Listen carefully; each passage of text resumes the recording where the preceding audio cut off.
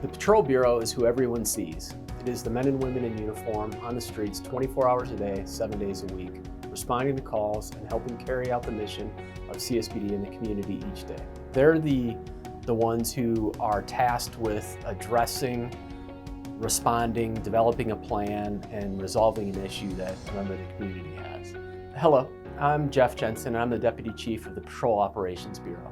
I've had the opportunity to serve the citizens of Colorado Springs for the last 25 years as a police officer. I started my career here at the police department, and I've been able to serve in a variety of roles at various ranks.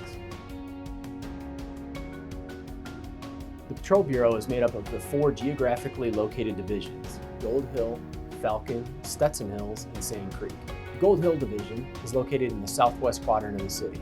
It is home to the Homeless Outreach Team and the Downtown Area Response Team. The Falcon Division is located in the northwest quadrant of the city. The Stetson Hills Division is located in the northeast quadrant of the city. This division is home to specialty units such as the school resource officers. Finally, the Sand Creek Division is located in the southeast quadrant of the city. This division houses CRT or community response teams. So for our department, when anyone enters the profession with the Colorado Springs Police Department, you start your career out as a patrol officer. There are a lot of people out there who might enter law enforcement having an aspiration to say, hey, I want to ultimately become a SWAT officer. But for us, you must start out and really learning what being a police officer is by starting out in patrol. And there's no set time frame. It doesn't say that you have to be there for 5, 10, 15 years, but you have to develop a solid foundation. And once you've shown that you have that solid foundation, then you have opportunities to go out and enter a specialized position within the department, within investigations, within property crimes, doing other investigative work, but it all starts with patrol. So the main responsibilities of a patrol officer really center around first preventing and reducing crime, and then also taking steps to improve traffic safety. Our officers proactively solve law enforcement and public safety problems on a daily basis, and they respond to address these calls for service themselves, and they do all of this while making sure that they're providing excellent customer service and completing thorough investigative work. Each and every day for a patrol officer is different. No 2 days are truly the same. And our officer, she may be asked to respond to a simple noise complaint, and that would be a call for service that might not take that long. But then that same officer, within minutes, she could be responding to a violent in-progress crime, and then be tasked with coordinating the investigative response, dealing with everything that's going on, there. At the same time, the same officer may give a presentation in the afternoon to a school group to discuss law enforcement and interactions and personal safety, and things of that nature. So I think the thing that draws a lot of people to patrol is truly you get the opportunity to help people, but every single day is different, and you really don't know exactly what's going to happen. I feel that there's a misconception out there that people think that police officers spend their whole day handcuffing and taking people to jail, and that's not what the reality is. The majority of our officers spend time problem solving and trying to figure out ways to address issues that don't necessarily require taking someone to jail. Now, that's not to say we are absolutely going to hold offenders accountable. If they violate the law, then we're going to hold them accountable. But I think most people would be very surprised to find out how many neighbor disputes, how many traffic complaints, how many issues our officers are tasked with that the ultimate solution has nothing to do with taking anybody to jail.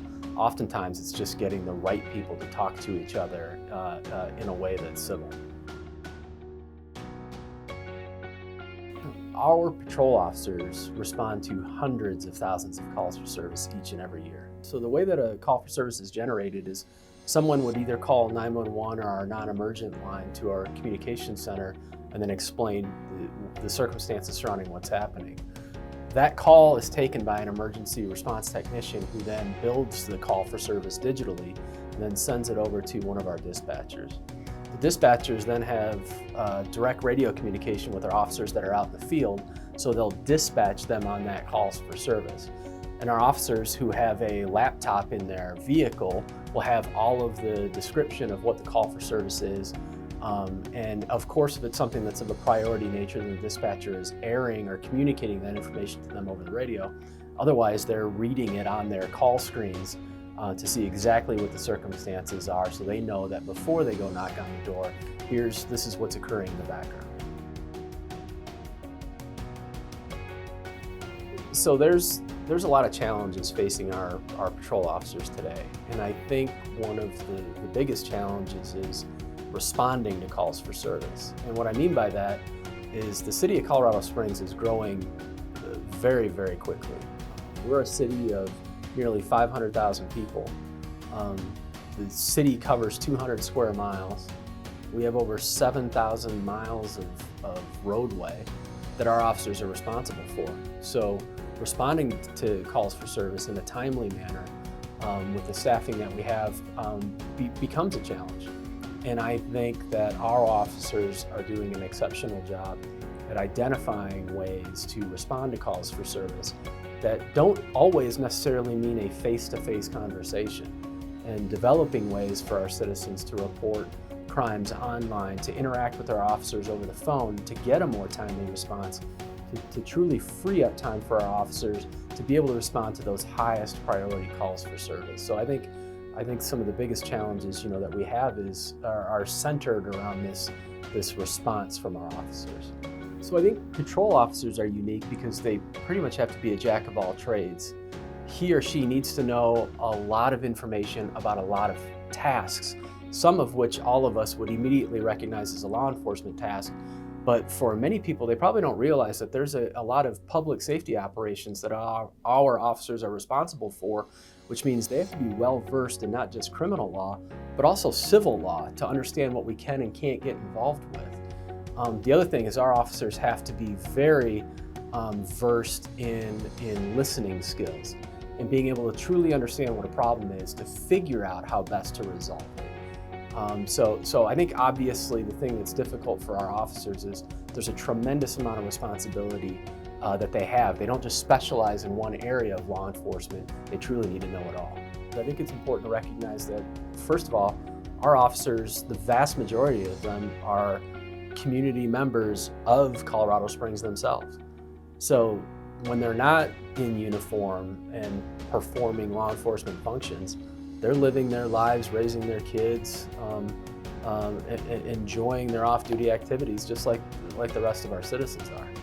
And I think that that's a real important thing for people to grasp, is it gets easy for people to just see the badge and to identify this person with that professional role that they play. But it's way more involved than that. And most people would be surprised to find out how many of our officers support the community when they're not in uniform or operating as an officer or a detective. We have volunteer members who are coaches, who are mentors, who assist with services to the homeless, who serve as nonprofit board members. So just a variety of roles throughout the community. So our officers, they absolutely are improving the lives of our citizens while they're working, but there's so many things that they're doing when they're not working that accomplish that same task just in a different capacity. Here in the police department, we say this quite often, patrol is the backbone of the police department. And what we mean by that is they're the ones who are tasked with this initial response. The vast majority of the calls for service that come into the comm center are handled by patrol officers.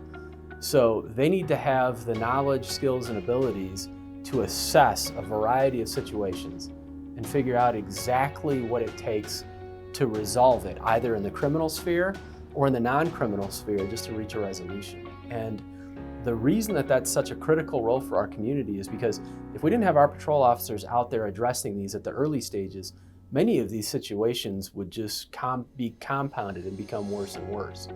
And you kind of look at it like a cycle of violence. The quicker you can offer an interdiction and address the problem, then the less likely it is to lead to a fatal encounter or something that could have truly been prevented. So I think that really is why patrol officers are so important.